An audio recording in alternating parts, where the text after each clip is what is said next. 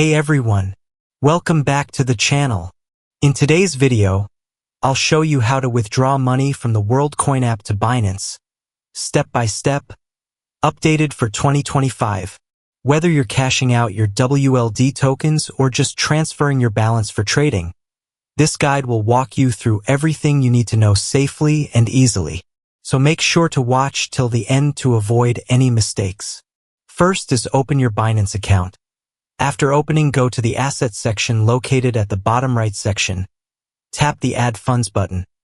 Then select On-Chain Deposit. In the search bar, type WLD and tap on it. Select the WLD token from the list. Copy the deposit address provided. Now open the Worldcoin app. Then go to the middle tab labeled Wallet.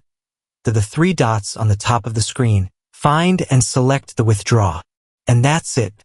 Party Popper, you've successfully learned how to withdraw money from your Worldcoin app to Binance in 2025.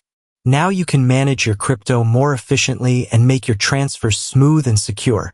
If this video helped you, don't forget to like, subscribe, and hit the bell icon for more crypto guides and updates. Thanks for watching, and see you in the next one.